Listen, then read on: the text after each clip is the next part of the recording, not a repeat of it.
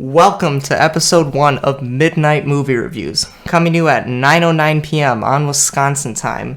So what we do, 4 of us, always watch a movie every week, and we're going to come to you with a review. We're going to give you our thoughts and our tastes in movie, what we like. And this week we have a guest with us. His name is Justin. So Justin, can you just quickly tell us your taste in movie? Hi guys, I'm Justin, and I like comedy movies. I like the action and adventure and crime movies, especially superhero and science fiction. I love the Avenger movies, and Hey, I'm it's very great. picky. I don't like it if it's like I usually don't like it if it's more than 20 years old. So Nice. So I was under the impression that you're the one who chose Pulp Fiction to watch this week? I was. Oh, Adam was. Yeah. I'm surprised Justin likes it. Yeah, because I was like, I was really under the impression this was a Justin chose. I was like, this seems to be a little odd.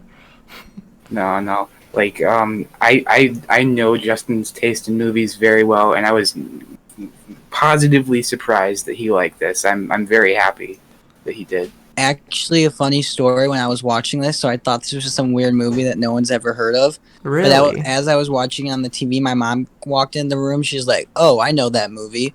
Then she told my dad, and my dad heard that movie. So once I heard it was like a well-known movie, it got my interest more. Yeah, weird. Like I was like texting my friend. I was like, "Oh, bro, I just finished watching Pulp Fiction." He's like, "What's Pulp Fiction?" I'm like, "Oh, he's probably joking." I'm like, "The movie." He's like, "No, I've never heard of it." I'm like, "You have never heard of Quentin Tarantino's like one of his most famous movies?" Like, really?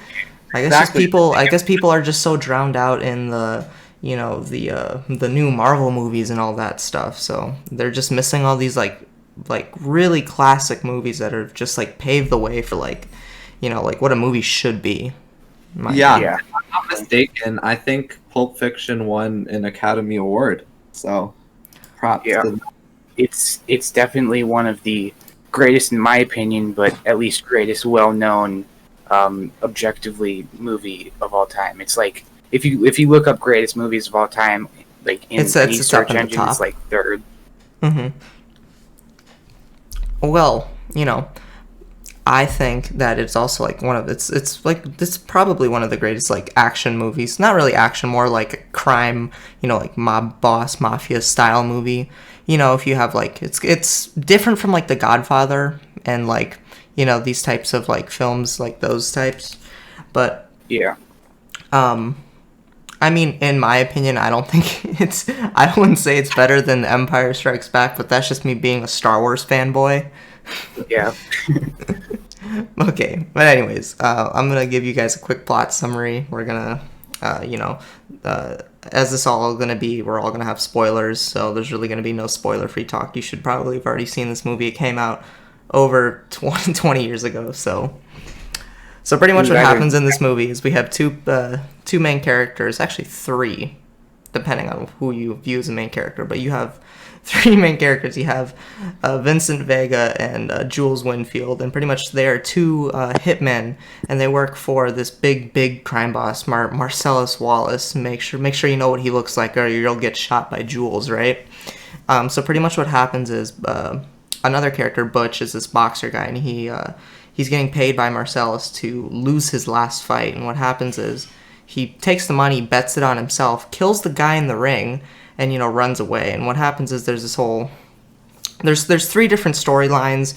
One of them focuses on Butch running away. Another one focuses on Vincent and Jules going in and killing what's his name, Brett.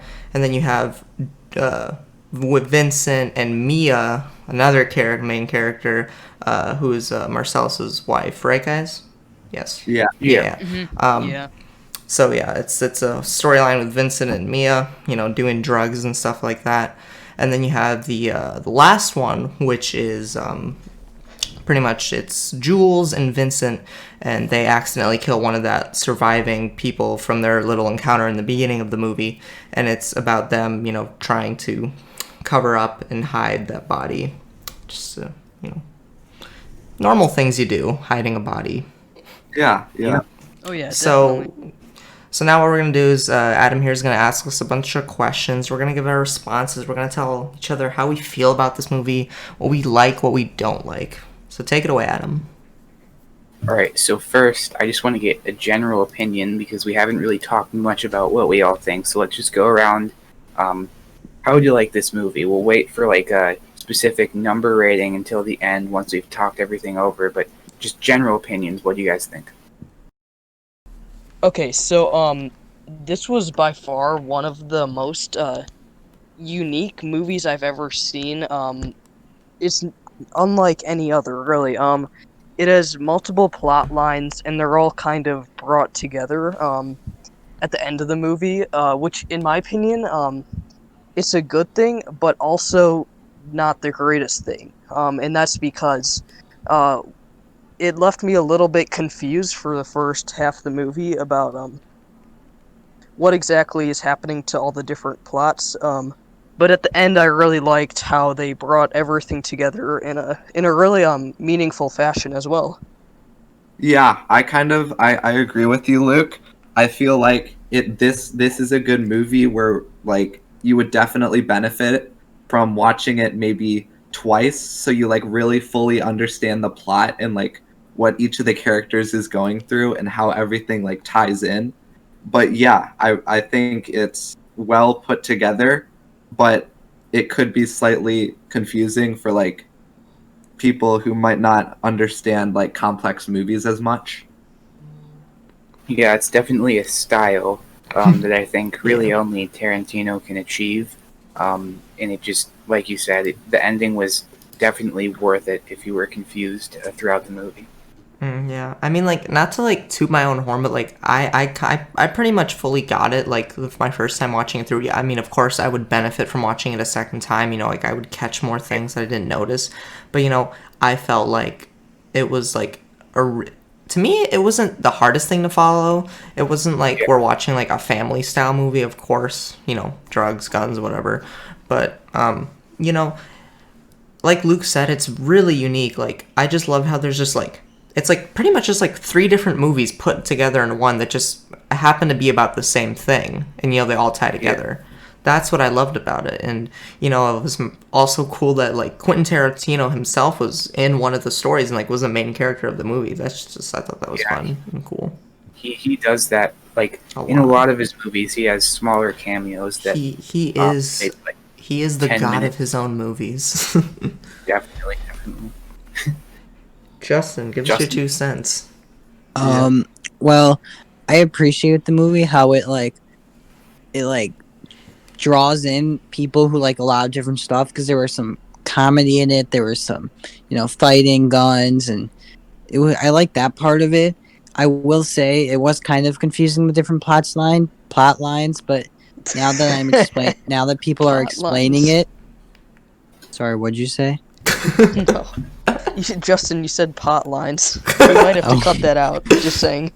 No, we're not cutting. We're keeping that. This is pure comedy. Hey, the movie is about drugs. It's okay. You can get confused with pot, plots, and some other things, you know? This movie is priming you to become a druggie. I'm just kidding. It isn't. Pot, plots, and other things. Yeah, all right. That should be the title for this movie. Yep. Plot lines and pot lines and coke lines. Okay, Justin, continue where you're at, please. Okay, as I was saying, the different plot lines were kind of confusing, but as people explain it, if I were to rewatch it, I definitely appreciate more of the small lines and small scenes more. But it was a good movie overall. It kept my interest. Yeah, that's great. That's great. I mean, like... All right. I mean, would anyone here say that the movie was just like not interesting in any way? Because I definitely think definitely not. Yeah, and I appreciate it being in every scene. I appreciate it being such a long movie. It's nearly 3 hours long. Yeah, but every minute of it is just like it just kept my interest. Like it just amazes me how Tarantino is able to pull that off. Yeah, like, same, Luke. Like, I was literally watching that, and, like, I was, like, I had to do something, like, halfway through watching, and I'm like, damn it, I don't want to, like, do what I had to do. Like, I want to watch the movie. It's, like, actually, like, super interesting. It's not like, what's a super long movie like Avengers Endgame? Like about that movie, it's like yeah, it's a cool Marvel movie, but it's just like you feel like you already know what's gonna happen, right? And so it's just like this one like just like kept me on edge the entire time. I'm like, oh my god, is he gonna die, or oh my god, what's he gonna do? Yeah, Marvel movies are very formulaic. It's like hero defeats villain, hero becomes hero, origin story and all that. Yeah. But Yeah, like no, Luke said earlier, maybe we'll talk about that in another episode. Ooh. That, Yeah. yeah. Okay. Yeah, but this movie is definitely unique. It's not like really anything that's been done before, and this movie spawned a ton of clones. Like a lot of people tried to just remake Pulp Fiction, and it's just still the best. Yeah, I think it's like a must-watch for pretty much anyone, as long as it's definitely not a movie to watch with family. And you definitely have to be mature enough. There's a lot of violence, stuff like that. But overall, I'd say it's definitely a must-watch. For sure. Yeah. All right, next question. Yes, So, sir. moving on, how do you guys feel about the characters in this movie? I felt like there was like just the right amount of characters. Like you have your three main characters to follow. You have Jules, Vincent, and Butch, and all the characters stem off them per se. So like Mia stemmed off Vincent. Jules didn't really have. I guess his character would be Jimmy, so that's Quentin Tarantino's character, and then Marcellus and what's the French girl, Butch's girlfriend, stemmed off Butch, and I felt like each character kind of having like a little tree of characters around them was really good. They were all played really well. Yeah, it wasn't over bloated with many different characters, and also, it wasn't constrained by like having too little. Mm-hmm. Yeah, I could say this. All right, next question. Nick, whoa, we didn't hear from Nick or Justin. Oh, okay. We kind of waited a few seconds, so I. Oh, okay. I'm gonna talk. Okay. I'll talk after you. Yeah. Here, wait. I'll wait for like 3 seconds so Misha can cut it out. Okay. Yeah, I think there's like lots of star power, lots of big names, like Samuel L. Jackson, obviously playing Jules. Ving Rhames, if you've watched like some of the later Mission Impossible movies, he's one of the big characters there. And then obviously Quentin Tarantino, like we said earlier, made a quick little cameo. And I feel John Travolta. Yeah, what about John Travolta? You're just forgetting about like one of the most like greatest people in the world. Come on, Nick. Yeah, And just Thurman as well. everybody played it really well, and I think they all did a good job with their part. I agree. I think the big names definitely helped with this, with people wanting to watch this movie. Like John Travolta, Samuel L. Jackson, Quentin Tarantino, Uma Thurman, like exactly what you said. It made more of an interest because, like, oh, I know that actor or I know that actress. All right, so one of the things that I love about Tarantino's writing, because as you know, he wrote and directed this movie, is he just makes the dialogue feel so real. Like all the dialogue in this movie, I felt was a real person talking, and that's just something really special about a Tarantino movie. How do you guys think that was? I feel like Quentin Tarantino like has a super like unique style compared to like everyone else. I feel like it's it's closely related to like a Martin Scorsese style film, but it's different in its own sense because the way he structures all his movies, the way that like every character is like super like well in depth. They have like they have a story, they have like a real character that's like really like relatable, and like the plot itself, like, and the characters within the plot just like flowed so naturally. I mean, like, yes, some parts were hard to follow, but that was like purposely made like that. It's not like where it's just like lazy writing, which I don't think the movie had any lazy writing at all. Everyone just like, it was just super like, I don't even know how to describe it. It was like super rich. Yeah, that's the word. It was very definitely rich. Okay, so yeah, adding on to what Misha said, I really like how Tarantino brought out the relationship between Jules and Vincent. Um, they were more than just like work partners. They had like in-depth I mean not in-depth conversations, but just like conversations that any of us would have. And Yeah, it like was just about the like the small massaging and whatever. Like that's just like I don't even like how long have those two known each other like in this movie story. I feel like yeah, it's literally I feel like it's either like their first job and they're just and John Travolta's character is just being super odd and like trying to like get along cuz he knows he's like different or they're just like so used to each other by this point they just talk about whatever. yeah, Yeah, it's just like I think. yeah. Hey, do you want to go? Yeah, sure. It's just such a it's so relatable. I mean, like it's not like any other movie. Like the conversations just feel so real.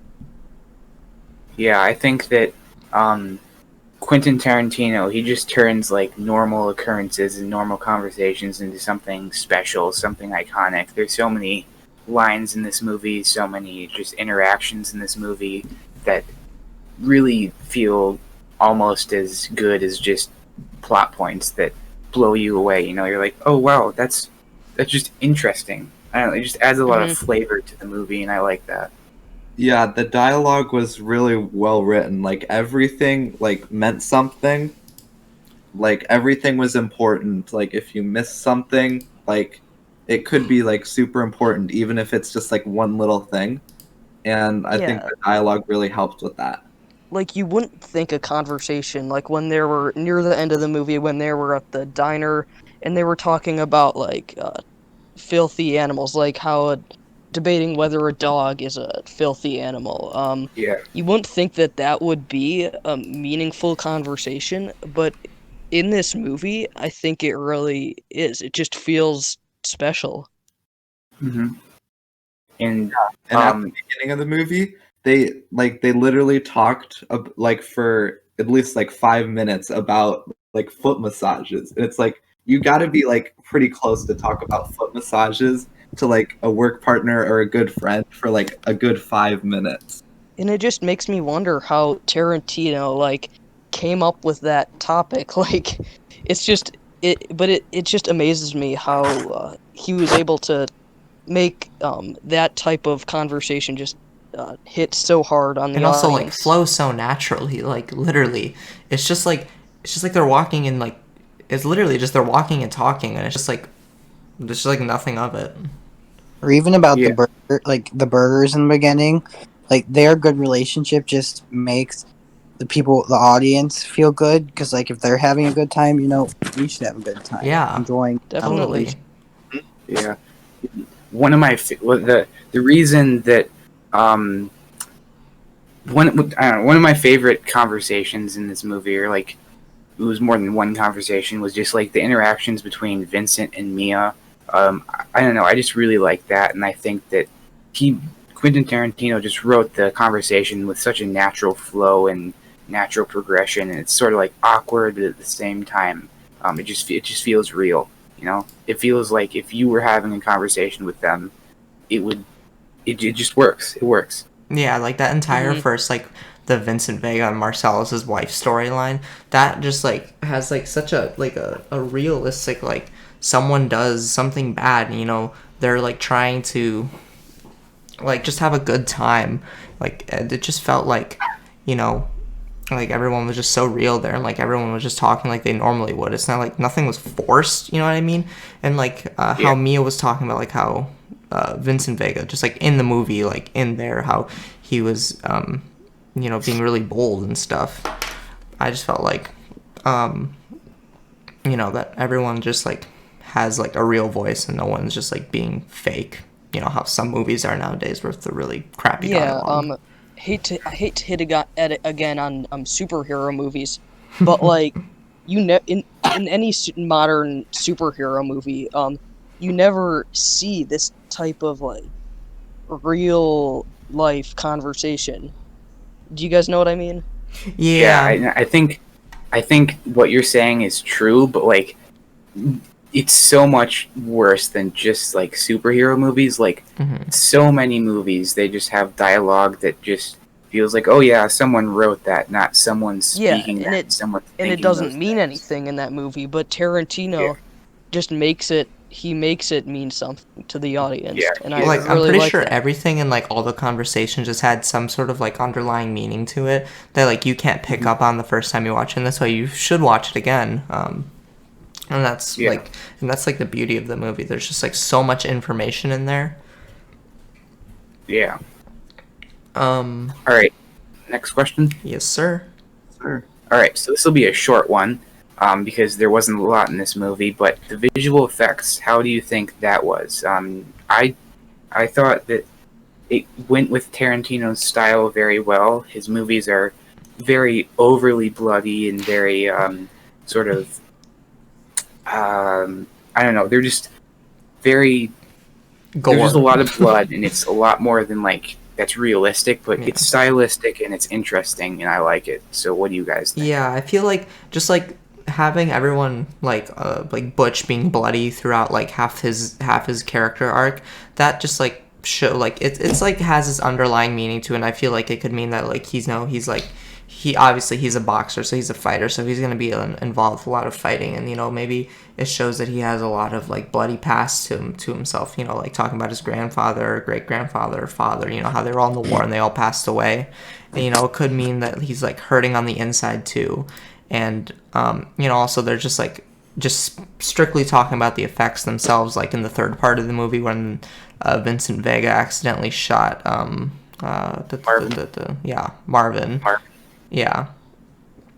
That was just like, that felt so real. It's just like, I honestly was like, I like had a little hiccup when he shot him. I'm like, oh, that's a lot of blood. And, everything just looked really real, because I feel like when you have practical effects, it just makes the film just seem a lot more real rather than having CGI, which they obviously didn't have back then, which I feel like was really good for that movie. I feel like a lot of people might say that, oh, it's too bloody. I mean, some people, you're allowed to think that, but I think that if you're gonna go with this style of movie that Tarantino did, I think you kind of just have to go all out with it. Mm-hmm. It's not bloody enough, as Luke Yeah. is saying, everyone. But if we watch other Tarantino movies like Hateful Eight or Kill Bill, his like sort of overuse of blood that's like got a certain, it kind of backs up his like artistic style that will become more apparent. But this movie was mostly just conversation, which, as we mentioned before, was a good thing. Yeah. But there wasn't a lot of effects used. Yeah, there was only like a few times people were being shot, and there was only a few times where there was like someone had blood. I like the car crash scene. That felt really real. Like the camera work there, just made like the. I'm pretty sure that what they did was they probably just launched a car into another car, but it just felt so real because like you could, you just felt like you literally got hit by a car. That's like really how it felt like when I was watching. I'm like, oof. Mm-hmm. And they also didn't overuse those like dramatic, violent scenes, which I like. Yeah. In some movies, are have an overuse of that type of stuff, but this movie, I think, really didn't do that. It was just made each moment. What was I gonna say? I think I know what you're trying to say, Luke. Yeah, Can I finish it for you? So what I'm pretty sure you're trying to say is pretty much is just like the characters who had all the blood and gore are like that really like that is trying to like show like something like they're hurt or they're like being like injured like really meant something, because you had characters like that lady who got shot in the arm, like you didn't see any blood at all there, like at all. Like it was just like it was just like a part of the movie in the moment, but like characters like Marvin getting shot, like that just like shows how much in like deep trouble that Vincent and Jules are when Jules is like all mad after Vincent accidentally kills Marvin. Just like when characters have all the blood and gore, that has an importance in the film. Yeah, it's instead of violence for the sake of violence, it's violence for the sake of the story. It's violence when it's meaningful, not just to keep people entertained. Because Adam, that's exactly what I was trying to say. Yeah, they don't really like normalize it. They put it in where it needs to be, and then Quentin Tarantino puts his little spice on it. Yeah, like He if they throws had that. violence, if they had like constant violence every scene, it wouldn't mean anything. Like It would lose its like oomph by the end of the movie. exactly. Get boring. Okay. All right. Let's move yeah. on. So pacing. How did you feel about the pacing of this movie? I think that this might be a controversial one among us. Oh my god, I felt like the pacing was so perfect in this movie. Like I mean, like we were saying before, the film is split into 3 parts. It has 3 different stories. Like it literally like splits it with a black screen and a title card. Like you're just watching like either an episode of something or just like, you know. And I feel like each story was like 30 to 45 minutes long. And I felt like that was like the perfect time to tell a story, because if you had one of those stories being 2.5 hours long, you'd probably get bored of it. So I felt the pacing in this movie was like absolutely perfect. Like 30, 45 minutes per storyline was perfect. And since they all like, you know, intertwined with each other, you could follow it pretty easily. And, you know, Yeah. that's what I thought was just like so perfect about this movie. Like this was my first time watching it in a while, and I didn't really remember much. And I was just like, dang, I just like, this is like so easy to like watch, and it's like so like satisfying to watch.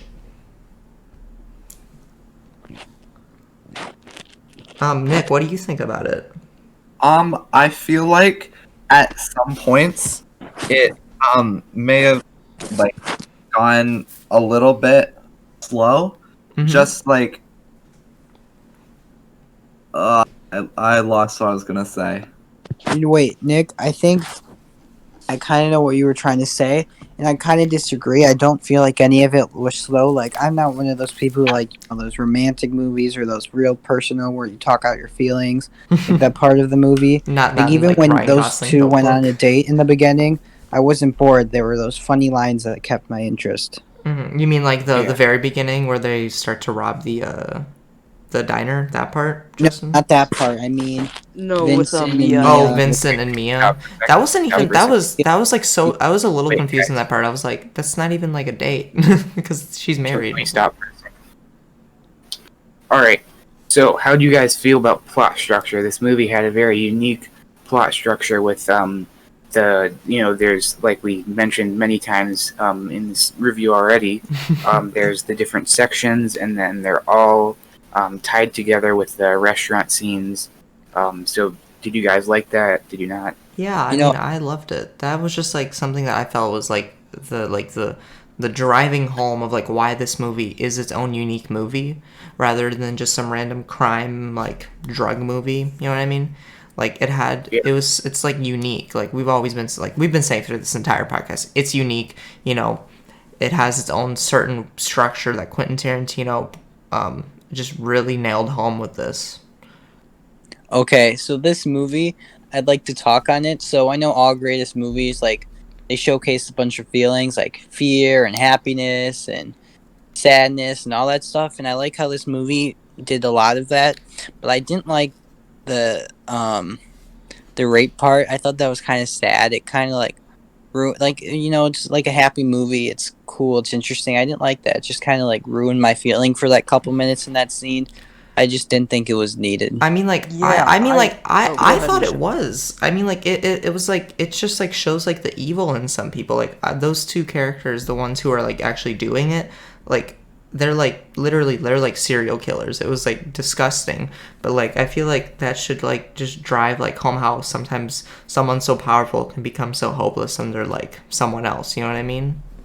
I'm No, going it to does, disagree. but- Wait, I'm going to disagree I- with what Justin said as well. I think it was needed because it sort of ended the Butch story by True, like true. Marcellus forgiving him, and it gave him a way to forgive him. And it's sort of like that one conversation they had like after it happened. It was most of their feelings they didn't like say to each other. They just knew what they were thinking. Like, Yeah. okay, so what happens from here? And they're like, yeah, we're cool. You know? Yeah, I Yeah. understand what you're saying, but it could have been a different way of like approach. So I'm actually gonna agree with Justin on this, because I think they could have used a different method for Butch to free Marcellus in that scene. Yeah, I really don't think the rape scene was needed at all. a different method could have got the point across just fine. I mean, is it just because it made you uncomfortable? I mean, like, I feel like, because like, I don't think certain things should be off limits in film, because, like, this is, like, it's like a rated R movie, and, like, I feel like things should be portrayed, and I feel like they did it justice. They didn't make it, like, seem like it was a joke. They made it seem like a very serious subject, and it was, like, I felt like it was handled properly. You know what I mean? It seemed like a serious subject, and it is a serious subject, but the serious subject wasn't needed in this movie, or at least that's my opinion. I think it was, because Tarantino's my favorite director, and I watch a lot of his interviews, and in one of them he said what he tries to do in his way that he makes films is he wants you to feel, like Justin was saying, this whole list of emotions, and then he wants you to just be dropped out of that and thrown into a new emotion. And so the rape scene is like the most animalistic, violation of a man that can possibly happen, or a woman, but in this case it was a man. So he wanted you to feel uncomfortable, and he wanted you to, like, sort of break that tension from their fight and all the other emotions you're having, and just throw you into a new one, so you really feel something. That's what he wants you to do. He wants you to feel something. Now that you say that, I'm starting to understand Tarantino's intentions there. And now I am starting to understand why they included that scene. I think you made a really good point right there.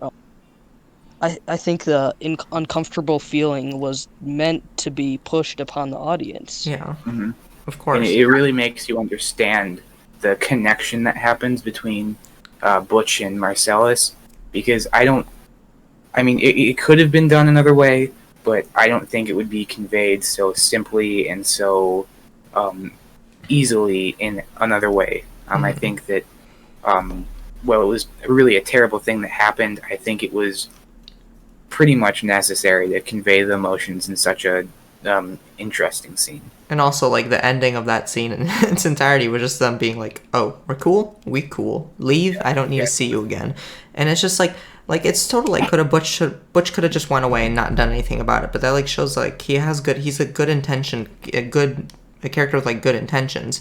How he went back and saved him, and, like, I don't know if he did that to be, like, selfish and, like, to maybe he's like, oh, maybe I could possibly get out of, like, like, being killed by this guy. But I don't think that's what that was about. They were probably going to kill Marcellus after they raped him, though. Yeah, that's true. And I think that was a really good scene. Not exactly the rape part, but just the scene in general. Just because it brought out the good in Butch. Both of the characters. And we hadn't seen that before, and this was our first time seeing that. And I think we were all like, he really does have good intentions. So he's not a one-sided character. That's true. Definitely brought out the second side of him. Yeah, and to add on to that, this like of uncomfortableness in this movie, I just want to know your 2 cents on like the use of, like, obviously, like, we have white people in this movie using racial slurs against the African American cast. And I just want to know your 2 cents on it. Like, this movie is quite recent. I just want to know, like, what you think if that would happen today in, like, a movie that Tarantino directed. Like, how did you feel when that happened? Me, honestly, I was just, like, I didn't really think much of it, because I'm like, well, obviously I know it's a movie. They're not doing it to, like, be, like, a real racist. But, I just want to know your 2 cents. Yeah. Actually, in Tarantino's more recent movies, he's used those words as well. Yeah, and like it's actually sort of a source of controversy. But the thing is he isn't a racist person, and, like, he doesn't use them to be racist. He's not using them, like, as a sort of negative thing. He's using it as just, like, a common part of dialect. They don't say it, like, as a slur. They just say it as a word to, like, describe someone. Like, it's just because it's, like, so, like, implanted in their head that's just, like, part of someone's vocabulary. And it's also, like, you were saying, like, Quentin Tarantino is using this, and it's, like, one of his most recent films, like, the Django Unchained. Like, that movie, I remember even seeing, like, an interview, and someone was, like, asking Samuel L. Jackson it. And, like, Samuel L. Jackson's like, he's like, say it then. Say it. He's like, say it. I don't care. Yeah, I feel like, you gotta think of it. It's a movie, like, I don't think Tarantino's actors. like trying to offend anyone. Of course, you're not supposed to be offended. It's a movie. Character, it's like part of a character's development. It's not like real life. He's meaning this stuff. Yeah. And I Quentin- think people know that. I think people know that because Tarantino's he's a well-known film producer, and I think I'm personally fine with him doing that because I know that he is not at all any bit racist in real life or means Yeah. anything that the character said in the movie. Yeah, Samuel L. Jackson and Quentin Tarantino are actually really good friends in real life. They've actually worked on I think it's 3 or 4 movies together. And one of the things that Samuel L. Jackson said in an interview is he knows Tarantino isn't racist because he usually gives him one of the smartest roles in the movies. Especially in this movie, he was Jules was definitely a really smart character. I think Jules was the smartest character in the movie. He's the most educated for sure. Yeah, definitely. Even more than Vincent, Mm-hmm. Vincent I feel is kind of just Definitely like an idiot. more than Vincent. I mean, not that Vincent's dumb, but it's Jules is a very smart and honestly He's my an old favorite man, character. and Vincent's kind of like a cocky sort of adult. Yeah, Vincent wasn't really portrayed to be a really smart, know-it-all type of person. He just has that he just has some things he's really knowledgeable, probably with women, obviously based on his interactions with me. He's telling himself in his mirror, he's no, do not try to hook up with her. He's she is married. Yeah. He knows he could pick her up, but he won't. Which shows that he's smart, but he's not smart in the sense where he's a biblical, almighty person. Yeah. And a little bit earlier we were talking about plot structure, and one of the points that I wanted to talk about was the plot structure really lended to Jules's character. The way it was structured was because of Jules's character arc, and where the beginning of the arc was the beginning of the film, though it didn't really happen in that chronological order, and the end of the film was the end of Jules's arc. Him retiring, him talking to Ringo and saying, I'm trying hard to be the shepherd, trying to be a better person, trying to help you be a better person. So the end of the movie and the beginning of the movie, that was the progression of his character arc, not necessarily the chronological progression of events. Yeah, I definitely think the way that they place, even though technically the second part of the movie comes after the last, I feel what Adam's saying about how Jules's arc was kind of the overlaying thing in this movie. That's what it was mostly focusing on, and then the part with the second part just had to go where it went to complete his arc, Jules's arc, and shows his development as a character. Definitely. Yeah. I actually have one side question to ask you guys. How do you think you guys would see the movie? Would you guys see it differently? And what would that be if the scenes were actually in chronological order? Do you think it would be better or worse? Or I what do you guys don't really think it would be a difference. You would probably just mean you were it would probably just be oh, this is the movie in this order, and you would kind of lose the overlaying Jules development sort of thing. But I don't feel it would change anything other than that. I also think it depends on the person, because you said you understood it right away, but for me, I don't know, it just depends on how you see it. Yeah, because everyone's different. Yeah. I mean, honestly, if you're gonna go for a more complex plot to convey a deeper meaning that you might lose if you don't have that complex plot, I would go with the complex plot every time, because you can watch a movie as many times as you want, and we have access to the internet to look things up. So really, to just have that deeper meaning, that means so much, because upon rewatches that in which you may understand it better, it just keeps getting better, and you keep understanding more, and that's pretty great. Yeah, I feel you can't go wrong with having a deep meaning to a movie. Sometimes I'll feel kind of disappointed after watching a movie that didn't really have too much meaning to it. But this kind of movie, you may feel a little bit confused at first, but like Adam said, you can watch it however many times you want, and you can just keep getting more and more out of it each time, and I think that's great.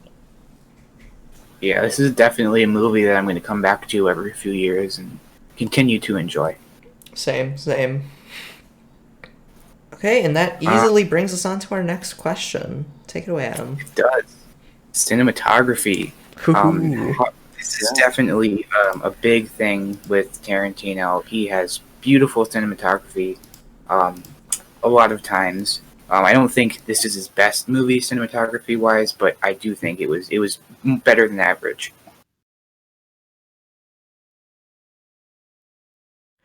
So, this movie obviously being shot in 94 was shot on film, and again, I feel like the way that everything was, the colors just look so natural, like as all films on film look. The way like they have all your shots on your rigs, like the following shots, following the characters, like when you're following Butch through the apartment complex, it all just feels so like real, like you're just like right there with them, or you're just witnessing it from like you're standing next to them in the kitchen, or you can see them. It just like felt like so. In some scenes, it like purposely felt uncomfortable, but it's just like it's like trying to convey like the message of like what the movie is. Yeah, I feel like Tarantino did a good job like setting up the cameras in all the right places, like you said, to make it feel natural and like to really give us like a good perspective of like seeing everything well, and the quality of it was really good. Yeah, I mean, like, I wish they could, like, find the film and, like, rescan it to, like, 4K or something, and then you could just see the movie in all its glory. Yeah. Like, one thing that I hate cinematography-wise that a lot of movies nowadays do is they just do, like, straight character shots, and that's really it. I don't think there was one time in this movie where I was like, hey, that's kind of a bland shot, Like, there was always a lot of depth, and it was always just... I don't know, it just looked good. Like there'd be scenes where people were walking and talking, and you'd just be like following behind them instead of like in front of them. And it just worked. Yeah, I mean, like right now, like I'm looking at all like I just wanted to just look at like exactly like what lenses they use for this movie. So just like pretty much for anyone who's not in the know, a 50 millimeter focal length lens is just like what you'll kind of like naturally like to look at when it comes to like filming stuff. But this had a wide range of stuff, so I'm like really not sure like what they use in every single scene, obviously, but like everything was like portrayed so perfectly, and like when it needed to be uncomfortable, they made it feel uncomfortable by placing the camera somewhere where it wouldn't feel right, and then when it needed to be like you're right there with them, like they put the camera right where it should have been. Yeah, I also noticed numerous times throughout the movie, they had you in like the first person perspective, opening a door to walk in on a scene, and I began to notice that more and more as it kept happening, and I think that's really cool that he decided to put that in, and it really made you feel like you were a part of the movie. All right, should we move on to the next question? Yes, sir. All right, so symbolism in this movie. Oh my god, I have so much for this. Yeah. All right, you want to go first?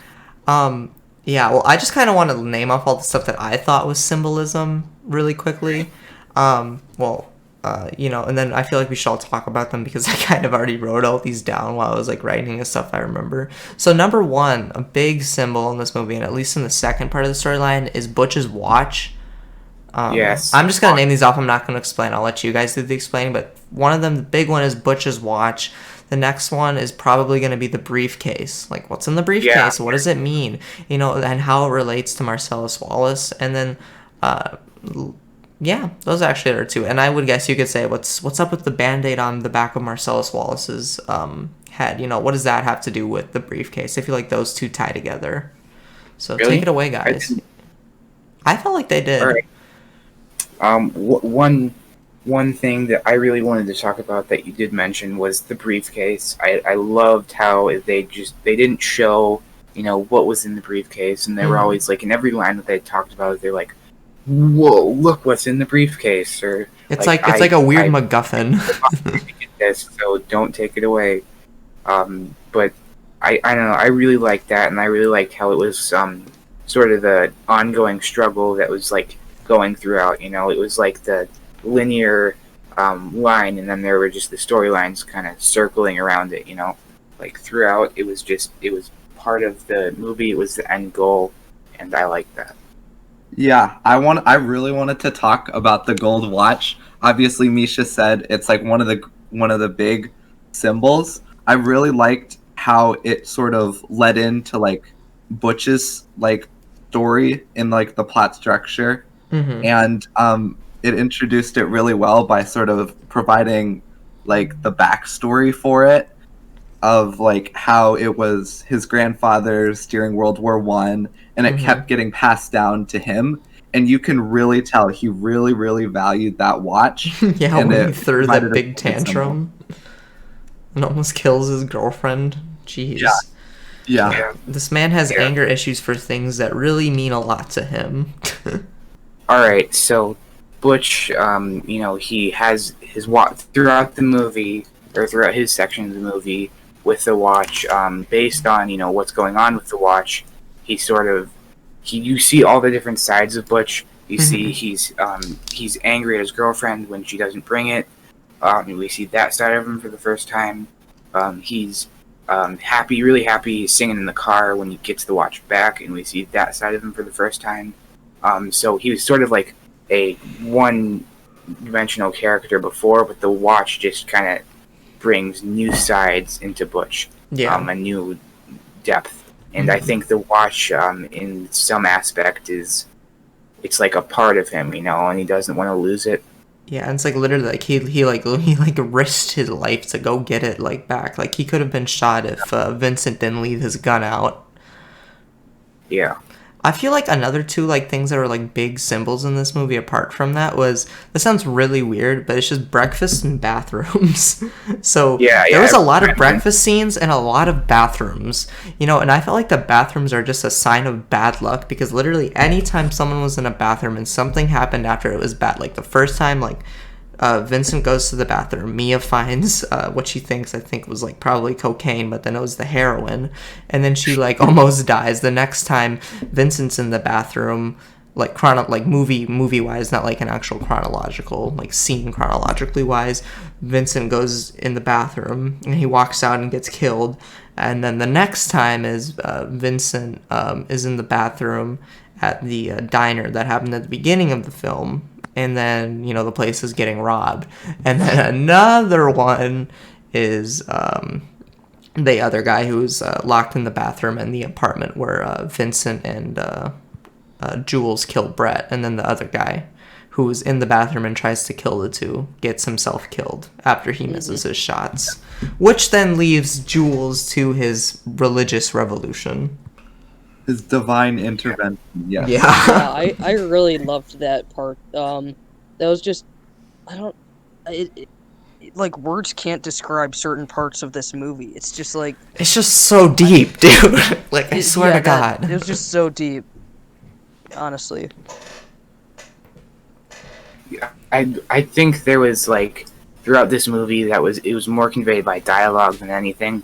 But there was like mini symbols. It wasn't like a theme throughout or really a big symbol at all. It was just kind of like scenes.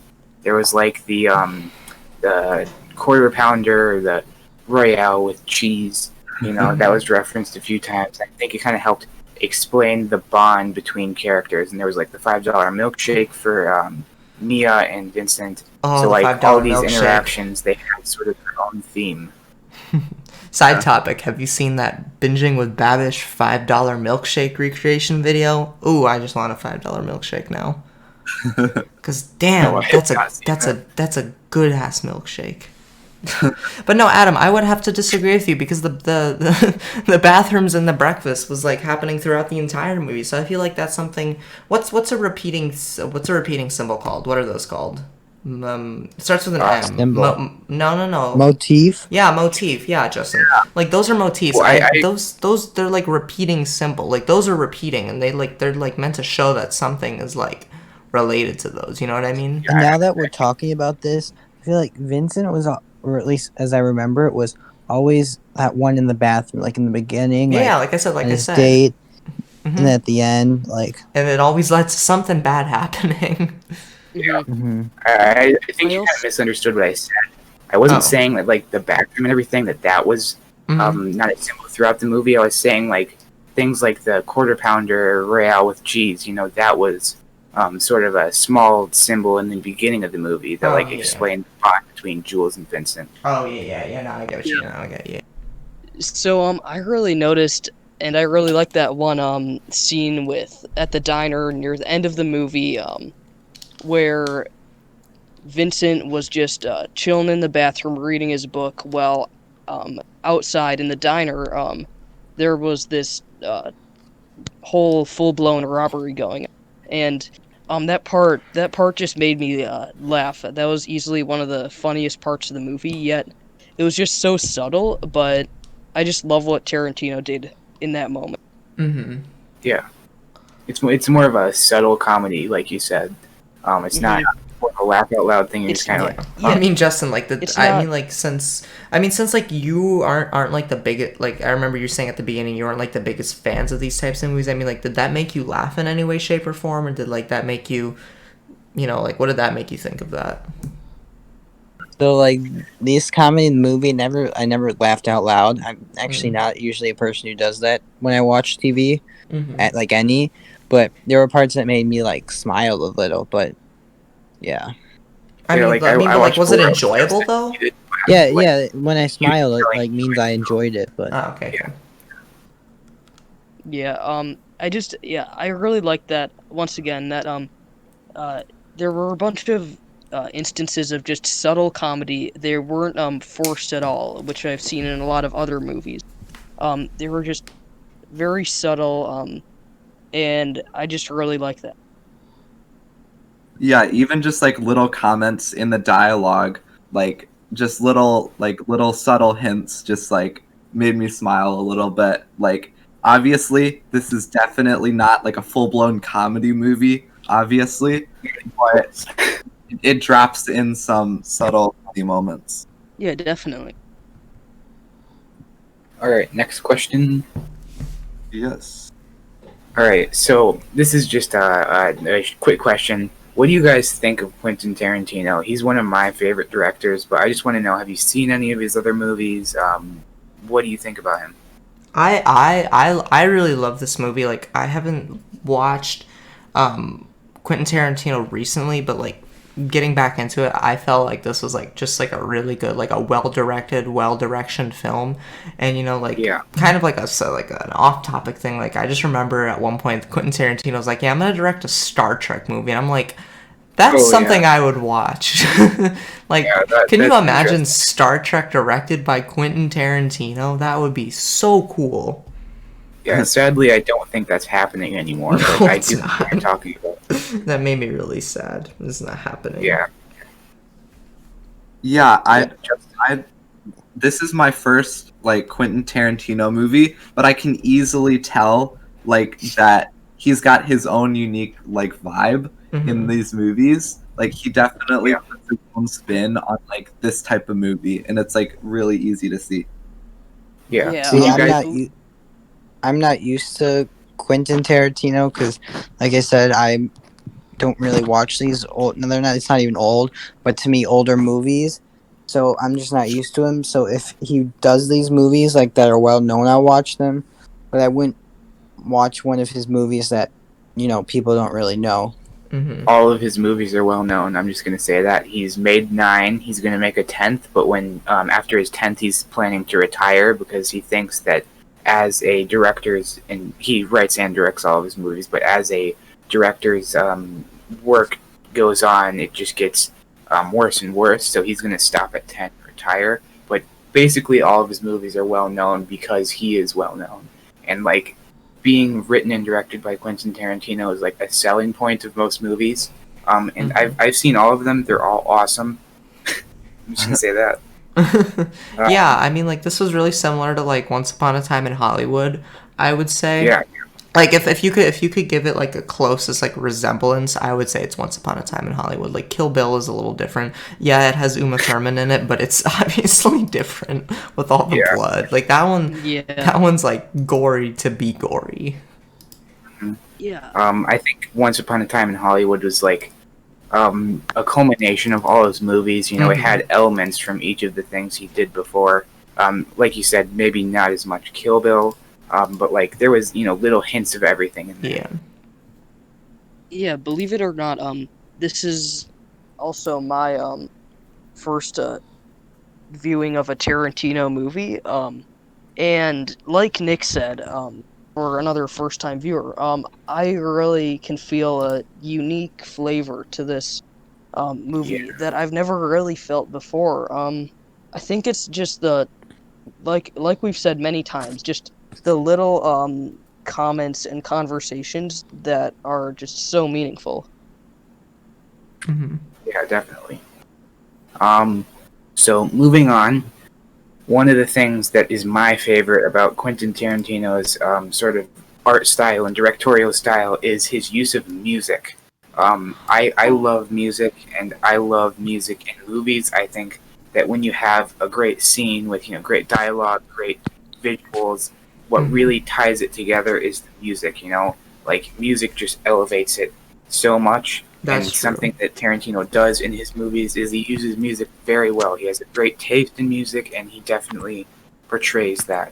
So, did you guys like his music in this movie? I loved it. Like, I felt like all the music that he used was like very. Obviously, I'm pretty sure it was very carefully chosen, and I think that each song like really like had like, again, it had a deeper meaning to it if you look into like what the song actually is. You maybe like listen to the lyrics and you realize, oh, why was this chosen for this scene? But also like the intro song for this movie, it wasn't specially made for this. It was made in like the 50s, and I was like, oh, so it's gonna be this type of movie when you had the the intro song to the movie. I'm like, I'm gonna vibe with it, and I was just like, I really like the movie. It kind of reminds me of like Guardians of the Galaxy, like how they use music in that movie. Like, I feel like I can't really compare Actually, the two. speaking but about it was, that, like, pretty good. so in Guardians of the Galaxy, I like that music because it was more like that fun music. But to this movie, it never really appeared to me if the music added, like, it didn't take away anything, but it never really added anything. I guess the sound effects did, but like, it kind of reminds me of a horror movie. Like, when you watch a horror movie, like, if you're scared, you turn the volume off and then nothing's scary. Like, I don't know, I guess it didn't really add anything from my perception. Really Right, interesting. okay, that horror movie analogy didn't make sense to me, but what I'm going to say is, with Guardians of the Galaxy, yes, it was more fun music, but it didn't really have meaning. Yeah, it was that's just true. It was just like, oh, this is like what Peter's mom gave to him. But like in this movie, like everything was carefully chosen, like 100%. Everything has its own meaning to it. And that worked for Guardians of the Galaxy. I love Guardians of the Galaxy. It's probably one of the best Marvel movies in my opinion, but I feel like this movie, it was more like, not just like 70s pop music. It was just slower, more meaningful music. And like the scene where Mia is dancing to Girl, You'll Be a Woman Soon, that's definitely my favorite scenes in this movie and probably ever. And there's Vincent talking to himself in the bathroom. It's so well constructed, and the music it works so well. Like I was watching a YouTube video, and I saw a comment saying that like film students, a lot of film students that try to impress their professors, they go in wearing a Pulp Fiction T-shirt, blasting that song, and it's really good, really good. Yeah, it's not one of those soundtracks where like you instantly recognize the movie because of it. It's not like a Star Wars. Like, obviously everyone knows the Star Wars theme song unless you're like living under a rock, but it's not something you attribute to the movie. It's more, it definitely adds to the movie, but I'm not going to remember really the soundtrack unless I watch the movie again. Yeah. I definitely agree with here. I hardly even noticed the music, but I think that's how that just goes to show how carefully and how well Tarantino chose the music, because I didn't even like I it definitely didn't take away from the It just movie. like fits into the movie. It just fits in so much that I didn't even really notice it. I'm gonna play a hard disagree card on that one. Honestly, the music it's part of the style, and I notice it every time. And like his movies have made a lot of songs more popular, and they've made a lot of songs definitely like more into the people's knowledge. I don't know what I'm trying to say here, but maybe not like in our social circles, like we're Gen Z, where we weren't really the target audience of this movie at the time because we weren't born at the time. But I think in 1992 or 1994, I forget which year, these songs in this movie were definitely a big part of pop culture at the time, and the songs were definitely very closely associated with this movie. Like a lot of these songs are remembered to go with this movie, and I don't agree with what you're saying, Nick. That's Okay. Yeah, that makes sense. Like, yeah, because Gen Z, we kind of with a lot of different songs. And Yeah, it's like we wouldn't. I guess I wouldn't really just pick up on that because, yeah, like you said, we weren't born when this movie came out. We're not the target audience. So yeah, yeah. Also, Adam, I definitely see where you're coming from, but I just can't agree with you just because I know you have a very different taste in music than any of us, and I know you like to listen to music of that era in which the movie was produced. So I'm sure the music meant a lot more to you than it did to us. But either way, I still felt like it was just so well it just worked with the plot, and it just kind of made it flow, I think.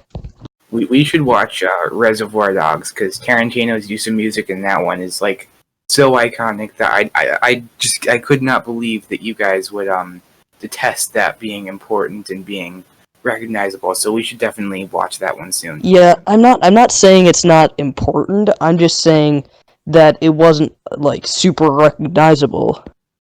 All right. Yeah. I can see where you're coming from there. Mhm. Okay, well, let's Next move on question. to the last one. Or we're not at the Yeah, last one moving yet. on. Moving on. All right, so another Tarantino-related question.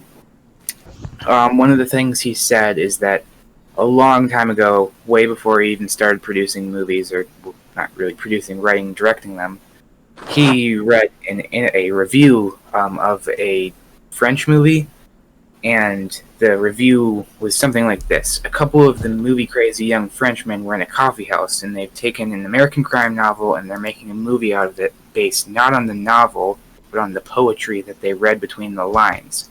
And he said when he read that, he said that's what he wanted to do, that's the style he wants to do, that's the aesthetic he's going for. Do you guys think he accomplished that in this movie? Oh, of course. 100%. You have literally your two crazy characters. I take that back. Not crazy. You have your two very unique characters who go on this big adventure in this movie. And, it is an American crime because you have drugs, guns, sex. You have all this, like, stuff that, like, really, like, signifies something that would happen in, like, the 90s in America. And, that's what I just felt like I felt like he really achieved that atmosphere.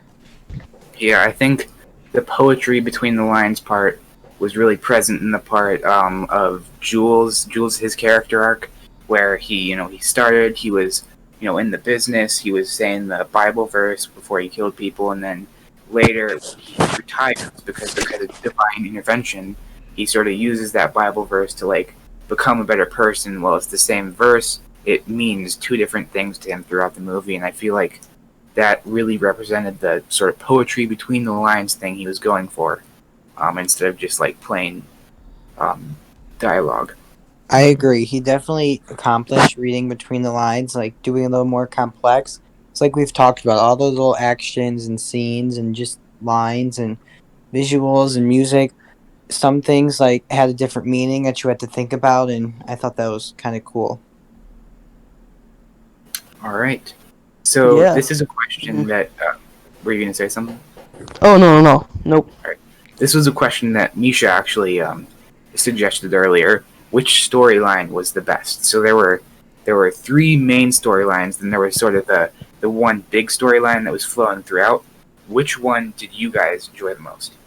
Well, I feel like since I kind of made up the question, I feel like I have first dibs on answering.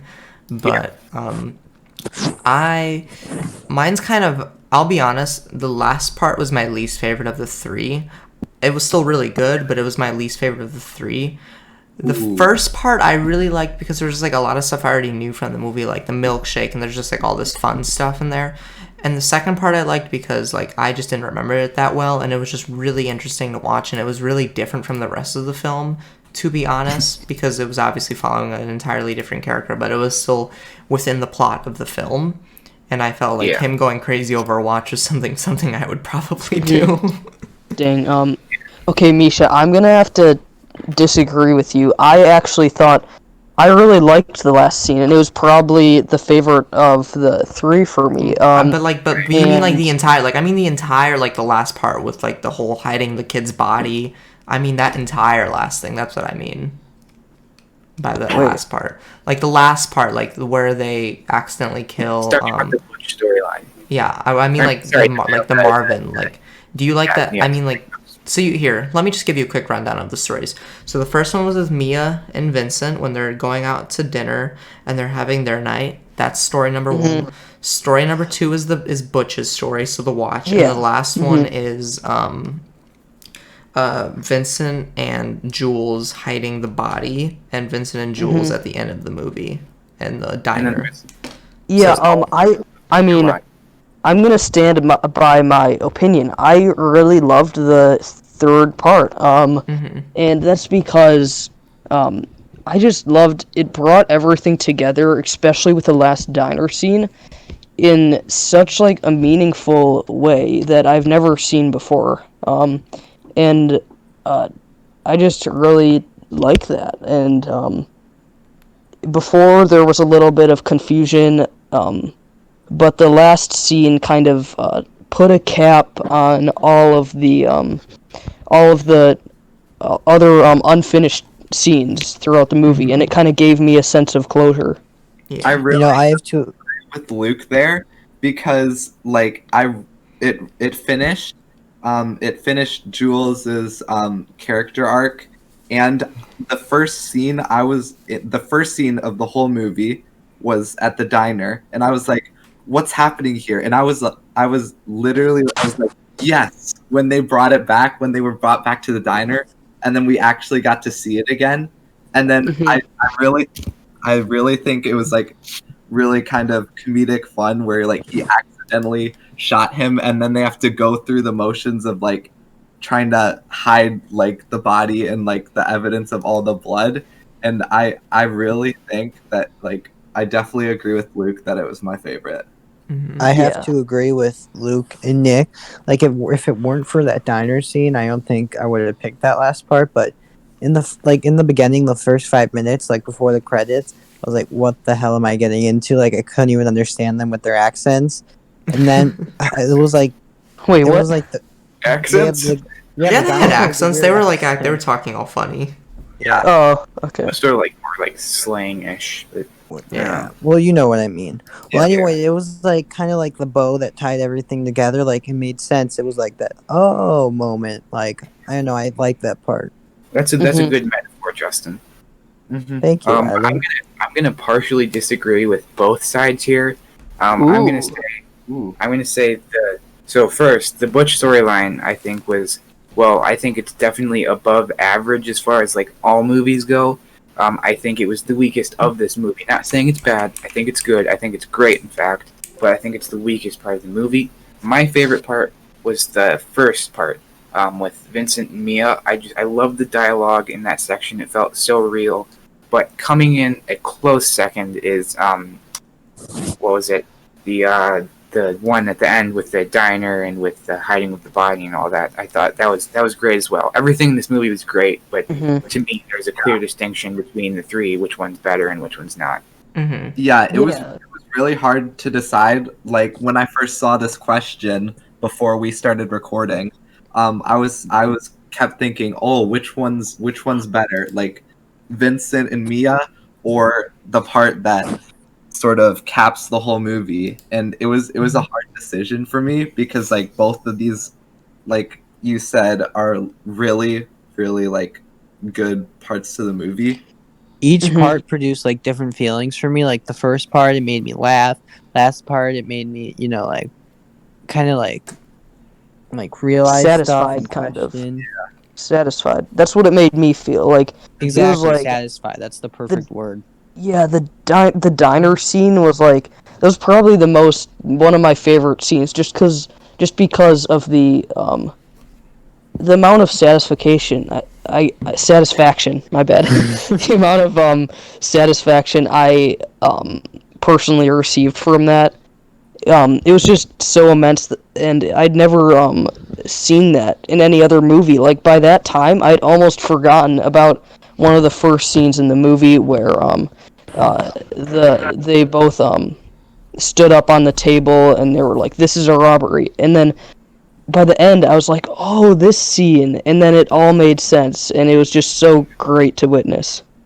Yeah, I love the way that the third story wrapped up Jules's character arc. I think Jules was my favorite character in the movie, though he wasn't in my favorite part of the movie. But that just shows how like everything was good in this movie, and everything had its best part, and everything was like S tier, you know? Yes, definitely. All right. So now, unless anyone has anything else to say, it's time to move on to our final rating. So, for Justin, what we've been doing is a 1 to 10 rating, and this is compared to other movies, not just compared to the parts in it. The entire movie being compared to other movies. So, what do you guys think? For me, this was a 10 out of 10. Wow, bold statement. Yeah, I think it's 10 out of 10. What do you guys have to say? I think definitely, for sure, one of like the best movies I have like ever seen. I would also probably give it a 10 out of 10. Not to be a bandwagon, and I hope no one else bandwagons, but it's totally okay if you do. But like this is like literally, isn't this like his like first like big film, right? Quentin Tarantino. Second. Reservoir Dogs was his first. Oh, okay, yeah. But still, like for being one of his really early films, this is like super strong. Like it's like so good. Yeah, he knows how to be a writer, and he knows how to be a director, and just from the start, he's amazing, and he continues to be amazing. Yeah, I would go with the 9 out of 10. I just loved the layering. Like there were so many layers to this plot. So many plot lines.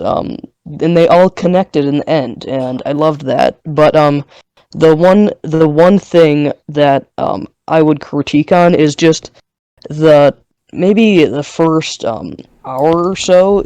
I was just a little bit left in the dark about what's going on with some of these plots. But I think the end really made up for that, and it was just super meaningful, and that's about it. Yeah, I think why this movie might be a struggle for some people, like Luke was saying, was you really have to like see the whole movie to understand, what the whole movie's about, and like why all of this stuff ties together and why it all matters. So that may lose some people, but like Luke said, in the end, you'll be very grateful that you watched it if you didn't enjoy it before. Yeah, definitely. I think if I watched this movie more than once, I'd give it a 9, but right now I'd have to say an 8.5, because if I watched it again, I may have like understood like more deeper parts, so I could like more appreciate this movie. But maybe it's because like I don't grasp more complex plots as easily as some of you guys do. But the acting was great. I loved the dialogue. It's just sometimes some parts of the plot just had me just a little bit confused. Yeah, I almost Right, feel that's like fair. if I were watching this for a second time, I would give it like a 9.5 or maybe even a 10. I Yeah. know, I understand it's like a really great movie, and I see that. I just think that for some people, it might be a large downside, or a large downfall, that some parts just don't make sense for the first time viewing it. All right, that's fair. So I think my opinion on this. So before we started talking, I was looking at the questions. I was like, "Oh, this is." I'm definitely gonna give it like a solid 5 out of 10. Like it was just, I don't know.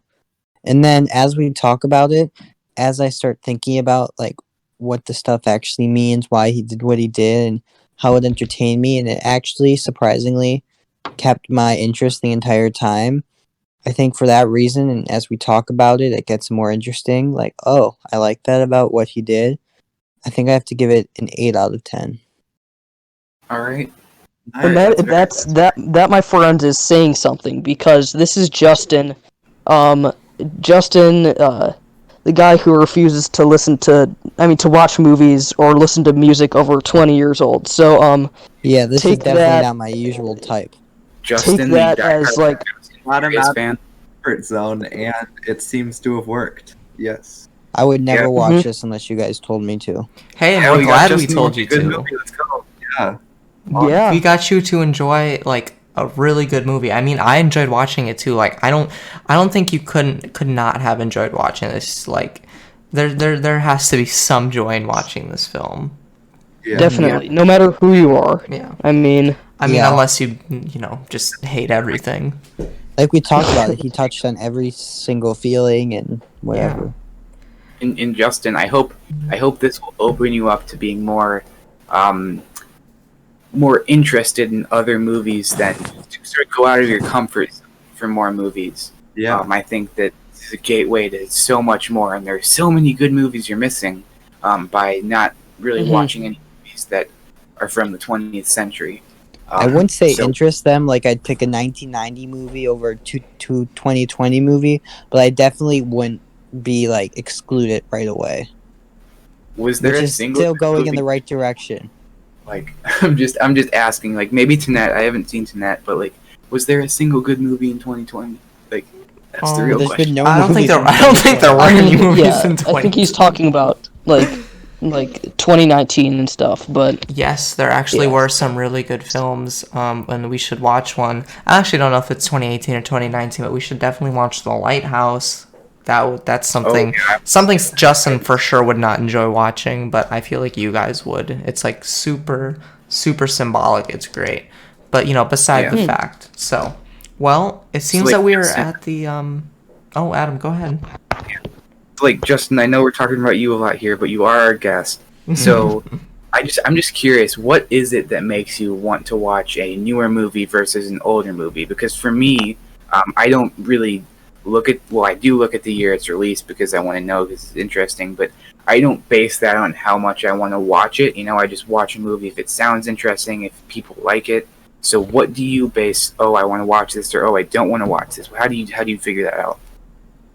Well, I know this is like stereotypical, but like usually the sound's better, the visuals are better, and honestly, I'm kind of like a bandwagon. Like everyone says this actor's cool and he's new and it's cool, so I want to see it. So I think Mhm. that's kind of my like unconscious reasoning, but Yeah. I'm not really sure. I mean, like I watched Casablanca, and that movie's from like 1942, and I'm like, this is such a good movie.